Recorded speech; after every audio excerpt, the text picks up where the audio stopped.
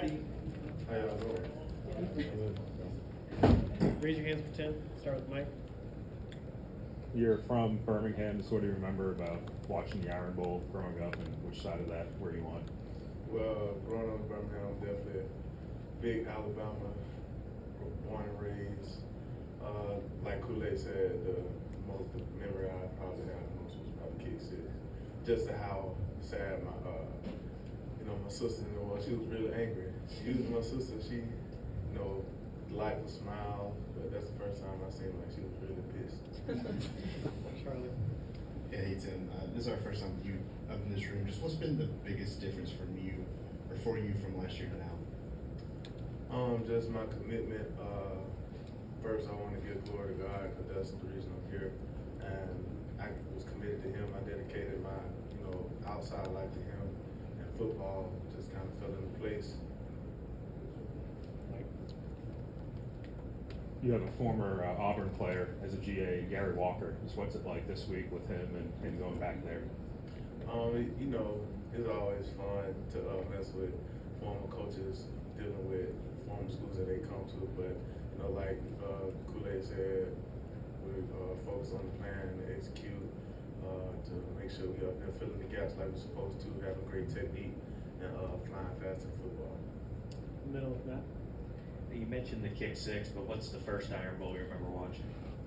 First Iron Bowl, I'll probably have to say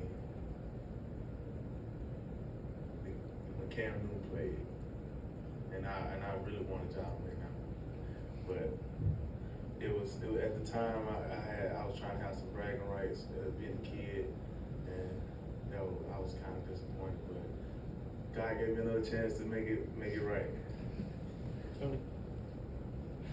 This is an Auburn team that really likes to run the ball. How much do you like that as kind of like the run stuffing defensive tackle, the nose guard kind of guy? Like how much do you kind of like these kind of games?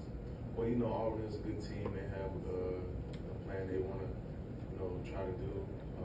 My job is to fill gaps and control the run. Of course, I love it, especially having that type of pressure on you, because I was told pressure is a privilege.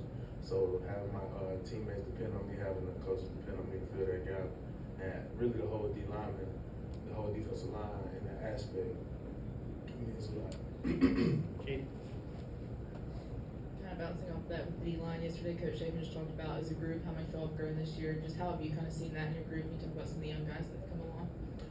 It's been amazing, especially guys like Jordan Renard, Edric Hill, James Smith. Those guys finally getting their number called from the hard work they been putting in from fourth quarter to spring ball to the summer fall camp. It's always good to see like your little brother finally get to see what his dream is about from playing from all those years. On the right here with Charlie. Coach Saban mentioned you kind of first whenever he was asked about leaders of the defense, about how you kind of stepped up front. What has that been like, just being more vocal and being more of a leader this fall? It's definitely been a blessing just to come in and have that type of impact. I really just try to show my teammates, do as I do, not do as I say. So I don't want to tell you anything that I want to do. So I try to be an example and just try to branch off of that. Middle with Cody. You dropped close to 30 pounds between last year and this year. What kind of went into that process, and what all did that take? Just really stop being a baby.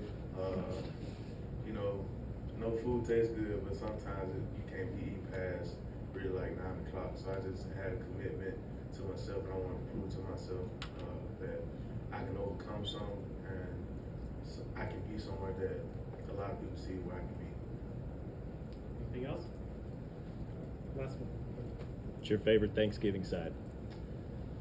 I'll probably say my dad mac and cheese. Yeah, but he do fry his turkey. I don't think nobody in the state does pops on the turkey. I'll say mac and cheese my favorite side. Thanks. Well,